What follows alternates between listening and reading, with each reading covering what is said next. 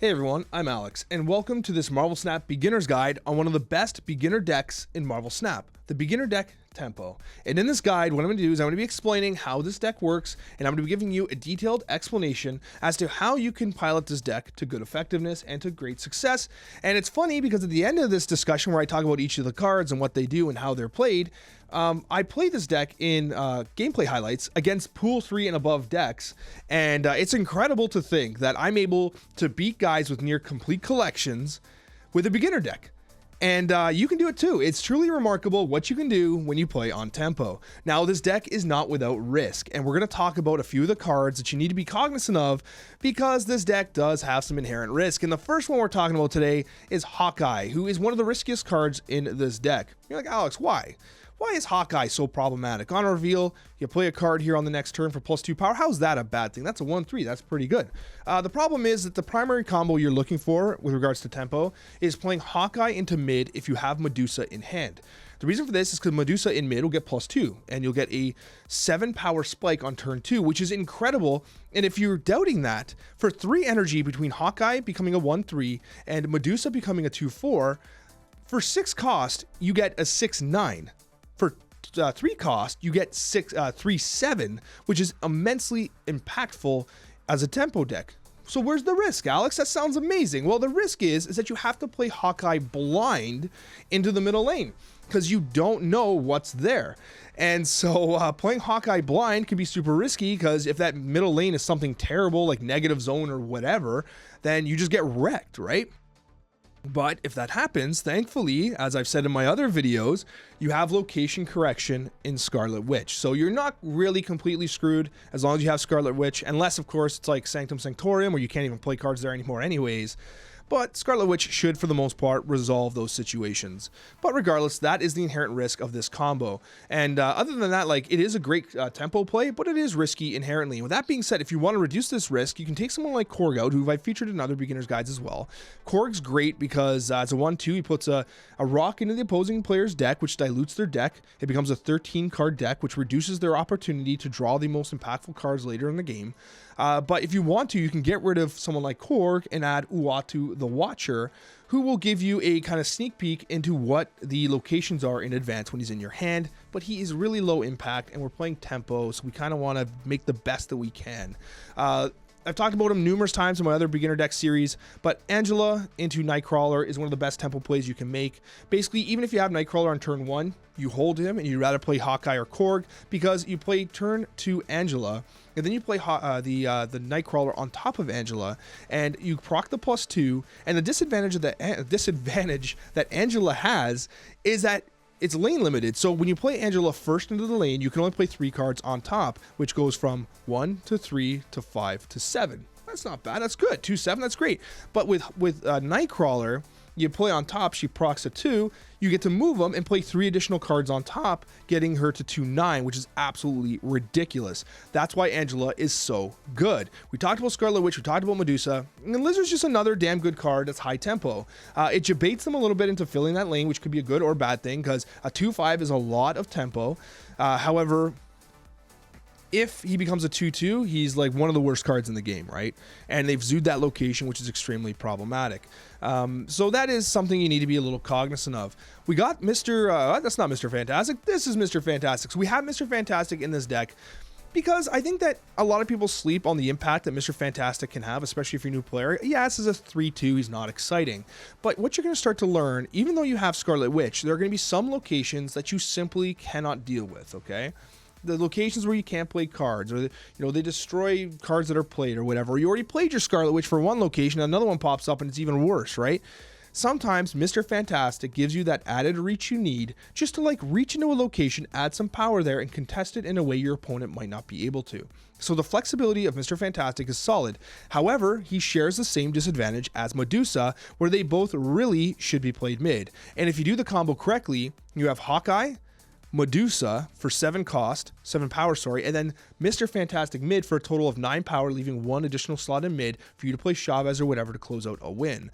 So Mr. Fantastic is good, and I feel like more players should actually give him a shot.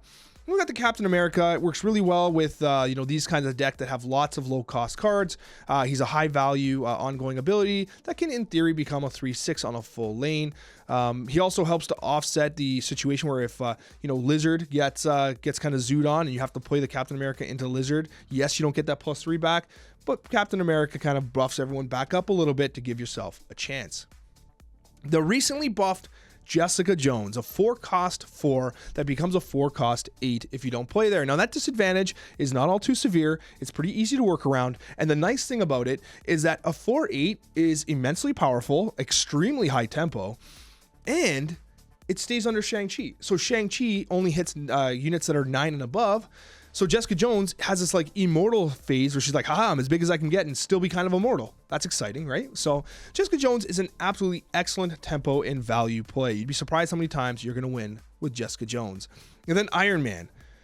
I am Iron Man. I'm not Iron Man, but what I do appreciate about Iron Man is the fact that you double the power of a location. That is insane, because doubling the power of a location is incredibly valuable, because not only does it make it so that cards you play on turn 6 get doubled in power, but oftentimes newer players, especially newer brackets, they're not going to play the control style decks like I featured prior. And those control style decks have like Enchantress, Rogue, stuff like that. But I mean, Rogue's a pool 3 card, but anyways, I digress. At the end of the day, Iron Man's going to give you a ton of value. It's going to secure you a lot of wins. And you have to also be very kind of aware that Iron Man can be a problem. So maybe you start to play control decks and you tempo, a Enchantress to kind of take out this Iron Man, which is often really unexpected by your opponent. But Iron Man for you, you love it. You absolutely love to see it. An excellent card, a very high tier card. And then America Chavez. Now, I love this card for a number of reasons. First of all, a 6 power, 6 energy, 9 drop is decent enough. Hulk in comparison is a 6/12, so you are missing some power there. Magneto's 6/12. So you have 6/12 being kind of a commonplace area for power level, I should say. But the thing about America Chavez that makes this deck so good is that it's not just the fact that she always gets drawn on turn 6, so you always have a turn 6 play reliably. It's you draw this card on turn 6 and not before. And in my conversations with new players, it's often the and not before part that people really don't appreciate. Let's take a look at this deck here. It's a tempo deck. You have 12 cards. With America Chavez, you effectively have 11 cards because you're never drawing Chavez until turn 6. That means on turn 5, you're much more likely to draw your cards on tempo. You're much more likely to have a proper turn 1, 2, 3, 4, and 5 play because you're reducing the chances that you draw Chavez as your 6 on turn 2 and you're like, well, now I got to skip my turn. Damn it. Right? Having this card here really helps you to curve out properly, which is exactly what a tempo deck wants to do. You play on curve and you find success. That's how it works. And you'll be surprised how effective simply playing on curve is in any card game, whether it be Marvel Snap, Hearthstone, Gwent, whatever it is. Playing on curve is huge. I don't need to tell you that. You probably know that, right? But, this deck really, for a beginner player, really helps you to kind of play on curve with high tempo. There's a couple combo plays like the Hawkeye Medusa, but overall, I think it's an excellent deck for you to try. And you'll see that in these Twitch highlight clips that I recorded live on Twitch TV. I'd love to see you there. Links in the description, blah, blah, blah. It's probably scrolling across the screen here. I don't know. But anyways, I'd love to see you because we have a ton of fun. And as I said, we do a lot of educational content while making a lot of really fun decks at the same time. I hope you enjoy these clips. They're super educational. And thank you for watching this Marvel Snap video. All right, we're gonna go Korg mid here. Let's hope that Korg can make some magic happen for us. Draw that rock, fanboy. Oh, wrecked. Get wrecked. So sad. It's fine for us. We play Lizard here. He's not gonna want to play into this location, which is fine. He plays Angela Wright. I think I tempo the Mr. Fantastic.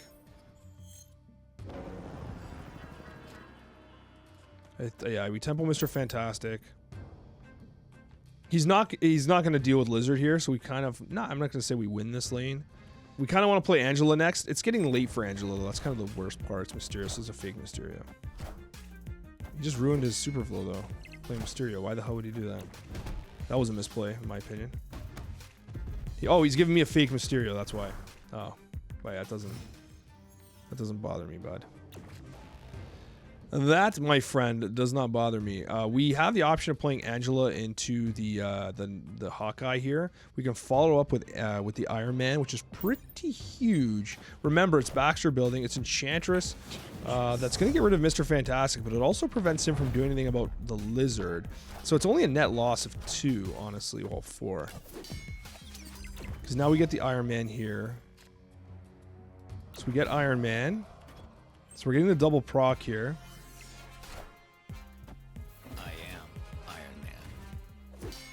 What's he play?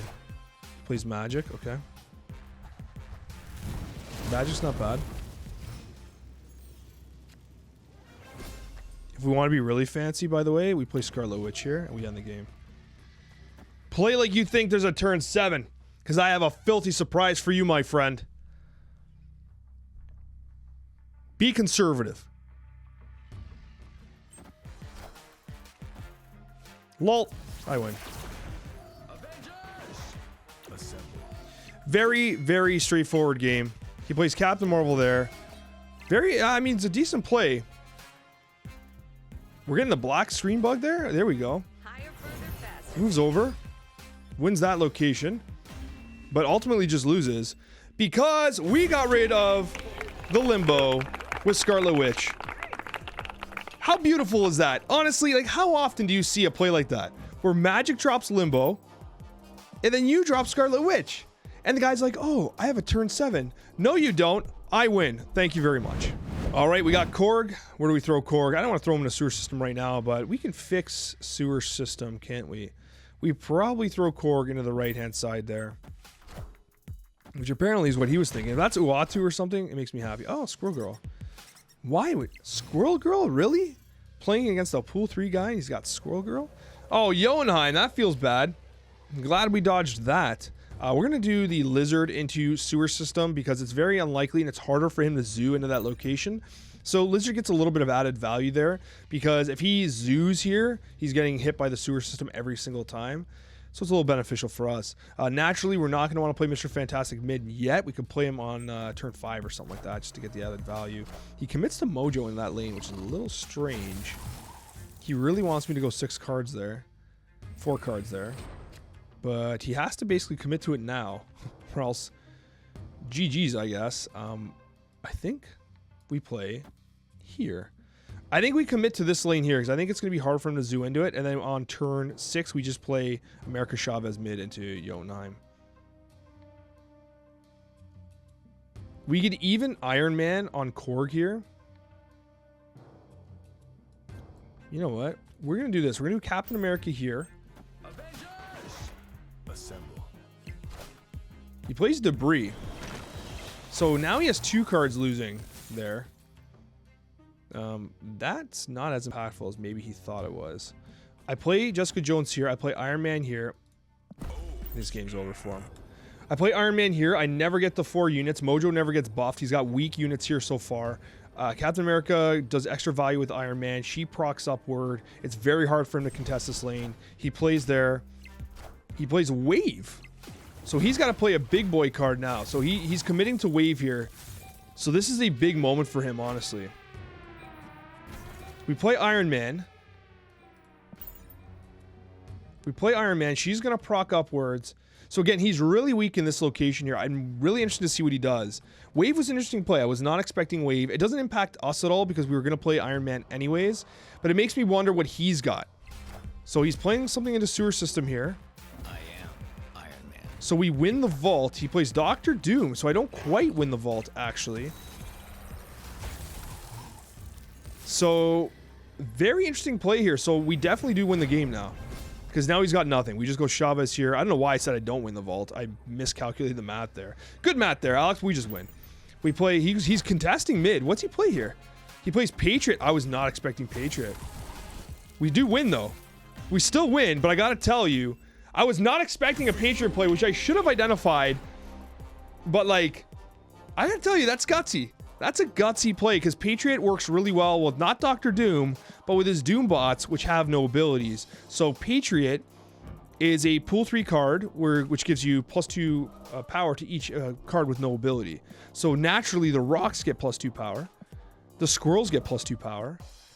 And unfortunately, because I didn't fill the lane on Mojo, we win here and we won there. Like, okay, that was a bit lucky, but sometimes you got to take a little bit of luck. We got Murder World. All right, so now we have Korg, Nightcrawler. So in this case here, we will play the Korg onto the right lane. I do want to play Angela first into Nightcrawler Medusa. That's kind of a really good combination for mid. It's going to be an immense amount of power while also allowing Nightcrawler to kind of get additional value by proccing the Angela and getting out of there. So, I mean, he just wasted his Nightcrawler move, which is fine. It's Hala. I hope he gets baited into playing there because we're going to destroy him. I don't think he can contest mid unless he plays Maximus. But look, we have like, we can run mid here. So he plays Daredevil. That's not going to be enough.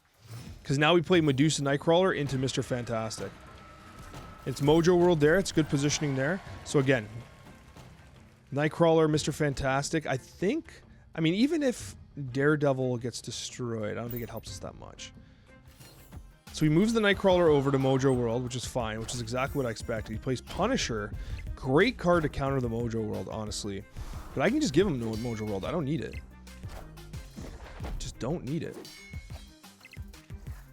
Okay, there's the Murder World. Now, I could run on him on the Mojo World. I think I play Mr. Fantastic here and wait. I hold Nightcrawler to make sure that he does not do anything fancy. Because if he makes like an attempt to run this up, then we have a problem. He plays Spider-Man. Not really what I expected. Not that big a deal. Because now we definitely kind of won this lane mid. So if we move Nightcrawler over and... Hold on here. Nightcrawler. Iron Man's enough to win the game. And we can still Iron Man here, debate him into playing here, and play Chavez here. So I think we do this. Alternatively, we do this to make him think we're not playing there, and then we play Iron Man there anyways. And it should be enough to gap. I think we play Iron Man here. I think this is the safest play. He really challenges us by playing mid. And unfortunately, we're not going to be able to play two cards in two separate locations. I actually think I might have made the incorrect play here. So he plays... Never mind. I made the correct play. Thank you? That's not going to work to your advantage. Unless, of course, he has added reach here. Like if he has a... Huh. If he has Blue Marvel, he needs additional reach. 13. We're winning here. I think we just play left. I think we play left because we're winning this location here. We already snapped. We go left. Because it forces him to have to resolve right somehow. And he has to commit at least 13. He goes all the way left. It's Hobgoblin. What? What's this next card then? Iceman. What the hell? That was never going to win. Okay, I don't know what his plan there was. Maybe... Yeah, I don't know. This guy did not have a plan. So, I guess we'll take those cubes. Well done, team. A bit of an interesting game here. And again, because he lost his Daredevil, he wasn't able to make a good predictive play with Professor X, and he got punished for it. That's basically what happened. Because he was trying to combo the Professor X with Daredevil, but because Daredevil got destroyed, Professor X, he had to gamble, and he lost with the Iron Man. All right, we have Angela, we've got Medusa, we've got Nightcrawler. Nice. These are good cards. I think I'd rather hold here, because what we can do is we can play the Angela mid into the Medusa Nightcrawler, provided this isn't a disaster. Okay, it's Hala. That's pretty solid. I wish I had that Korg before. So we're gonna get a lot of value here. I'm assuming he's playing armor. Okay. So I guess that's not gonna work to our advantage. Okay, well he has cards in his hand as well, so that doesn't really do that much for us. We do hit the Nightcrawler here.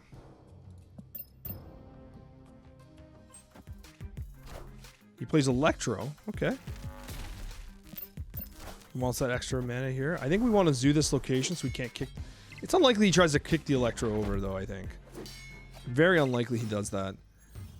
Regardless of that, I think that what we do here is...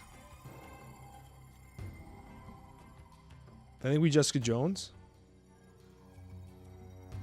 I really think we should close this location, though. I'm going to assume he's not going to try and kick over Electro. Let's see if I'm right or wrong. So he doesn't kick over the Electro. He plays Professor X, so he does lose. So I do snap here. That was a very risky Professor X play. That allows me to do this. Move it here. Yeah, so he's gone. So that was a very, very risky Professor X play, and it did not work for him. He plays Professor X. Jessica Jones is going to be an 8 power 4. Like, that's just... There's no need for that, Racklord. All right, we're dropping Korg mid. Monster Metropolis pretty good for Lizard as well, but it looks like he's going to zoo there already. He's got 1 card. It's 1 card too many. He hits his Gambit. Okay. He hits Gambit. Death's Domain. I'm willing... The problem here is that Lizard is going to get countered. Because he's not going to want to play anywhere else. He's going to play an additional card here. Damn it, I got to play this game. See, I knew he was going to play another card there. Is this Swarms? It's his Hella. What the hell? Why would you discard Hella? What's in his hand? He had Death in his hand. Bruh, seriously? So in this case, because it's Muir Island, we actually play Nightcrawler now. I'm not going to get rid of Death's Domain. Is he going to Ghost Rider? Is he going to Ghost Rider? He skips his turn. No, if he Ghost Riders and brings back Hella... Okay, I just got rid of my Iron Man. Oh, I just hit his Apocalypse? What? That helps him a lot. Okay, we need to just focus on 1 lane. So we just focus on this lane for now. Because, what's this thing at again? Apocalypse? He goes Muir Island. He's not going to get... So it's Hell Cow. He gets rid of his rock, and he hits this Apocalypse. So it's going to be a 16. So it's a big Apocalypse. 16.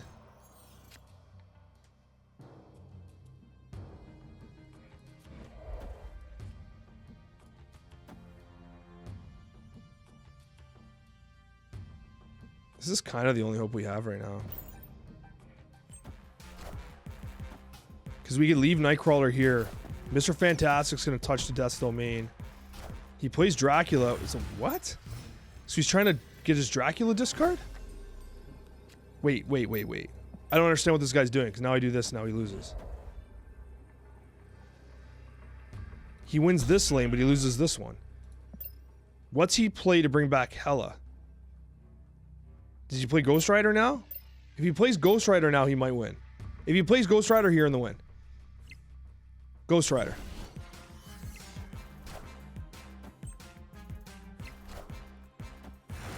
What?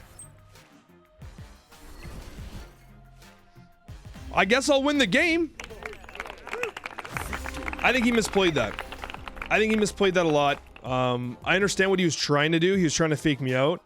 That's never going to work, unfortunately. And I think that the Mr. Fantastic giving us the additional reach with that Nightcrawler getting the additional value from Muir Island, it allowed us to kind of secure this lane. And that's why we didn't get rid of it with the Scarlet Witch. Because we had tools to deal with it, and I didn't believe he did. And that's exactly why we just won that game.